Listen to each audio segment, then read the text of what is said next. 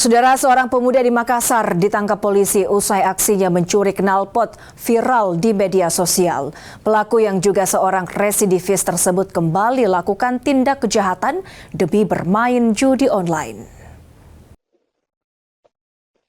Aksi pemuda memanjat pagar rumah warga di Jalan Kemajuan, Kecamatan Makassar viral di media sosial.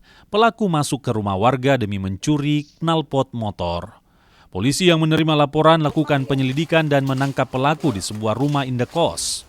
Pelaku diketahui bernama Ariel dan dari hasil pemeriksaan, pelaku mencuri knalpot bersama seorang rekannya.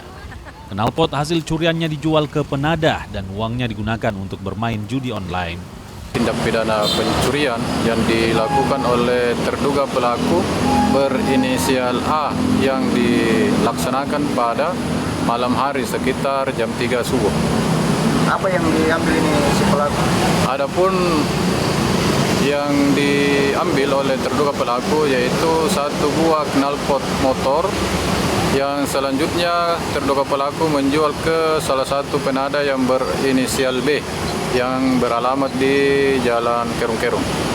Kini pelaku yang juga residivis ini ditahan dan dikenakan pasal 479 dengan ancaman hukuman di atas 7 tahun penjara.